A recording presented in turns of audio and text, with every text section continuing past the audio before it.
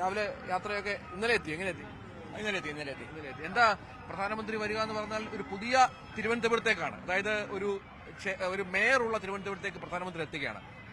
അതിനകത്ത് മേയറുള്ള തിരുവനന്തപുരത്തിനുള്ള അപ്പുറം ഒരു പ്രധാനമന്ത്രി എന്നുള്ള നിലയിൽ ഇന്നേ വരെ, അതായത് ഏറ്റവും കൂടുതൽ തവണ കേരളത്തിലെ എങ്ങനെയാണ് കരുതുന്നത്, ഇതുപോലെ ചരിത്രത്തിലെ ഒരു പ്രധാനമന്ത്രി കേരളത്തിൽ ഇതുപോലെ വന്നുപോയ ഒരു സംഭവമില്ല. അവിടെ ജയിക്കുക തോക്കുക എന്നുള്ളതല്ല, ഇവിടുത്തെ ജനങ്ങളെ എല്ലാവരെയും ഫെഡറൽ സംവിധാനത്തിൽ എല്ലാ സ്റ്റേറ്റിനെയും ഒന്നിച്ചു കാണുന്നു.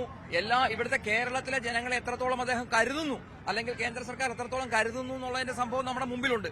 ഇത്തവണത്തെ സംബന്ധിച്ച് അദ്ദേഹം ഈ കേരളവും മാറുകയാണ് എന്നുള്ള വലിയ ഒരു സന്ദേശമാണ് ഇപ്പൊ നമ്മുടെ മുമ്പിലേക്ക് വന്നിരിക്കുന്നത്. കാരണം തിരുവനന്തപുരം കോർപ്പറേഷൻ ജയം മാത്രമല്ല, ഈ തദ്ദേശ തെരഞ്ഞെടുപ്പുമായി ബന്ധപ്പെട്ട ഉണ്ടായിട്ടുള്ള വിജയങ്ങൾ മുഴുവൻ പരിശോധിക്കുമ്പോൾ കണ്ണൂരടക്കം കടന്നു കയറിയിട്ടുള്ള ഒരു ജനങ്ങളുടെ മനസ്സിലേക്ക് കടന്നു കയറിയിട്ടുള്ള ഒരു ചിത്രമാണ് ഇപ്പൊ നേർചിത്രമാണ് കാണുന്നത്.